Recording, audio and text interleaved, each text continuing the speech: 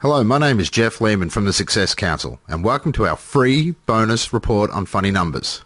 It is a sad truth that over the last 3 decades, the key economic indicators published by the US government have been twisted, manipulated, and bent so drastically that they are actually incredibly misleading and dangerous. If you were a pilot flying a plane and your instruments mislead you, despite best intentions, eventually you would fly yourself straight into a mountain. If you knew the instruments were inaccurate, however, you might stand a chance. Likewise, politicians, business owners and the public who rely on some economic indicators published by government like inflation, unemployment and GDP had better understand if these instruments are inaccurate if they are to have any chance of making intelligent decisions about their future. This report shall investigate how the calculations of those 3 numbers in particular have changed over the last 3 decades. Of course, there can be legitimate reasons to change the way you measure something. But in the opinion of this author, former Labor Secretary Bob Reich in his memoirs revealed the real reason for changes discussed in this report. He said, the Clinton administration had found in its public polling that if the government inflated economic reporting enough, people would believe it to swing a close election.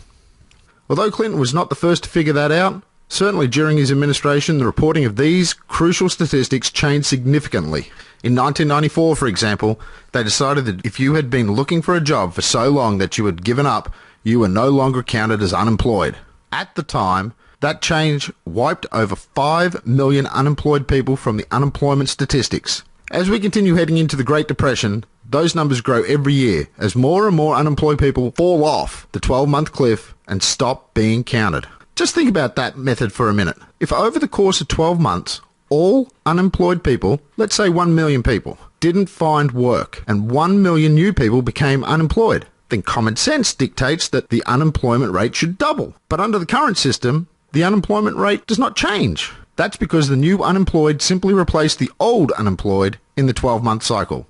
It's crazy. Through the years, other adjustments to the way the US government measure unemployment has been added. For example, the underemployed used to be counted as unemployed. That means if you accepted a part-time job whilst looking for a full-time job, you used to be counted as unemployed because you are looking for work and can't find it.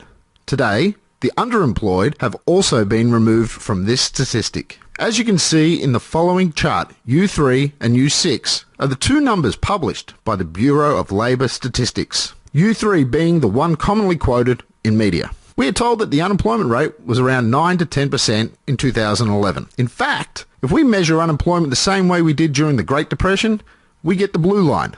You can see that our current level of unemployment is over 22% already. A pretty scary thought considering during the Great Depression, unemployment peaked at 25%.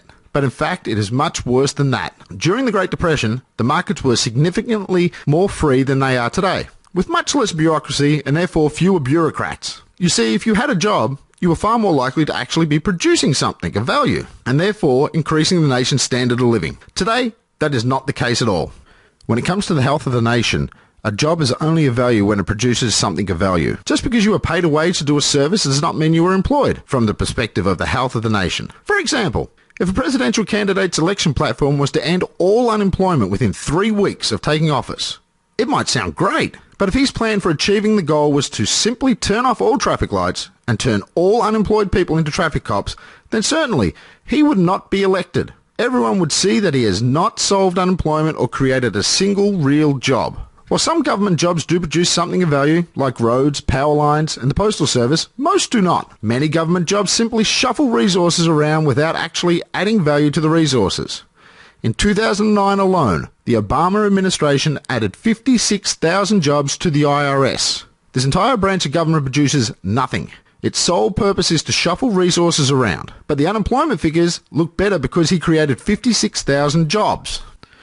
In fact, today there are more bureaucrats regulating banks than there are bankers. There are more farm bureau workers than farmers, more welfare administrators than welfare recipients, more citizens receiving a government check than those paying income taxes, and in fact, more government employees than the entire US manufacturing sector combined. Worse still, this least productive sector is also massively overpaid, attracting our best and brightest into unproductive positions.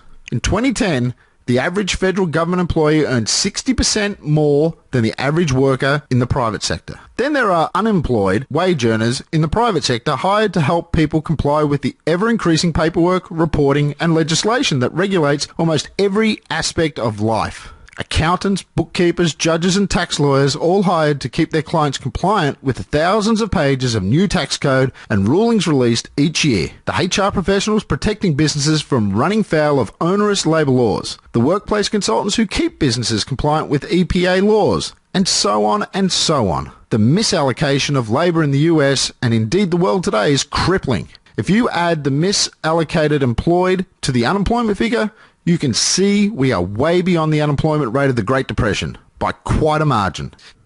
If it were not for the amazing advances in technology, enabling the output of each actually productive employed person to be many times greater than the employed person of the 1930s, the shrinking workforce would have been crushed under the weight of supporting the unemployed members of society long ago.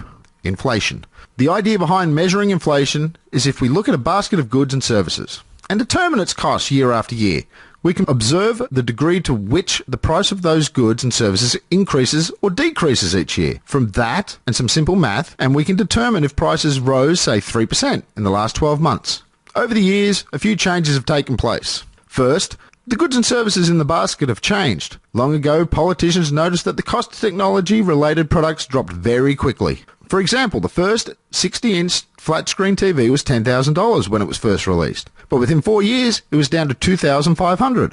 By disproportionately weighting the basket of goods in favour of technology items and electronics, the rising price of the staples of life, like fuel, food, energy, and labour, are offset by the free-falling prices of technology.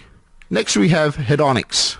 Hedonics seeks to account for the increased pleasure one derives from the good. For example, if a washing machine has electronic buttons instead of a clunky dial, then even though it may cost the same from 1 year to the next, because of the increased pleasure derived from it, they need to manipulate the numbers to make it appear as though the cost of the washing machine went down. But by how much? Good question. It certainly makes you think. Do they have a figure for what they want inflation to be and make their decisions accordingly, or make their decisions and report the figure? Of course, it is impossible to say at any given time, but human nature says eventually it will become the former. The principle of hedonics gets applied to almost everything. However, it is never applied in reverse. For example, if a quality product with a 10-year lifespan is replaced by a cheap made-in-China similar product with a lifespan of, say, 1 year, no application of hedonics exists. And finally, there is the famous steak to hamburger principle. For this one, they argue that if the price of a steak goes up, then people will simply switch to hamburger. Thus, the goods can change year to year to make the numbers look good. On the graph below, the red line indicates the inflation rate as published by the US federal government. The blue line is what it would look like if we measured inflation the same way as before 1981. As you can see, rather than inflation being between 0 to 5% for most of the last 15 years, it has been between 5 to 12%. Now you understand the real reason for rising prices at the gas pump. So what are the effects of the misreported inflation? Number 1, government pensions, for example, are set based on inflation. These numbers show that if inflation were calculated as it was pre-1981, then pensions should be 60% higher than they are today. That means the elderly, the poor, and our war veterans are watching their standard of living decrease year after year and not knowing why.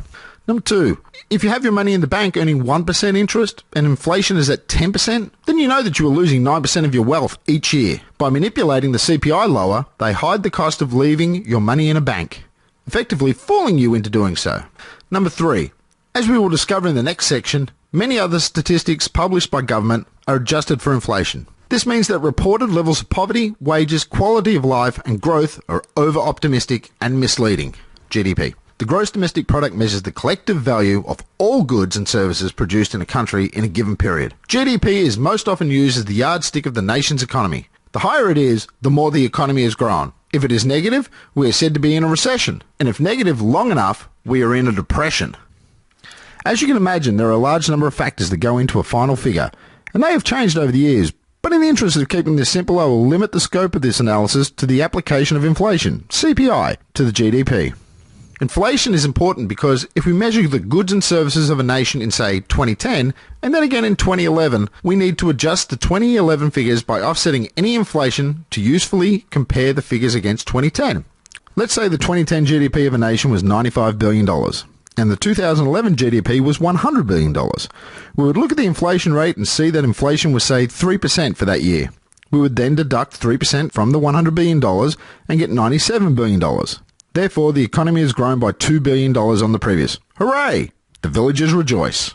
But what if the inflation numbers were not reported correctly? What if inflation was actually 10% that year? Now we need to deduct 10% from the 2011 GDP. We find that in fact the real GDP of 2011 is $90 billion. And the economy had shrunk $5 billion. It is through phony statistics like this that honest, hard-working people are misled into making bad investment decisions, re-electing poor-performing politicians, and tricked into allowing an increase in the size and scope of government under the pretense of thinking that they have done a good job up until now. I hope you enjoyed this intelligence report, and you see just how urgently this situation deserves your attention. This is just the tip of the iceberg of the information you need if you are to understand what is truly going on in the world. Be sure to be on the Great Wealth Transfer webinar in the next few days so you can position yourself to create an incredible fortune in the coming months and years. Just before you go, I urge you to let your friends and family know this life-transforming information. We have sent you an email with the subject, a must-watch video. If you feel like more people need to know these facts, please forward it to at least 3 people who you think can benefit from this information. Let's get the word out together.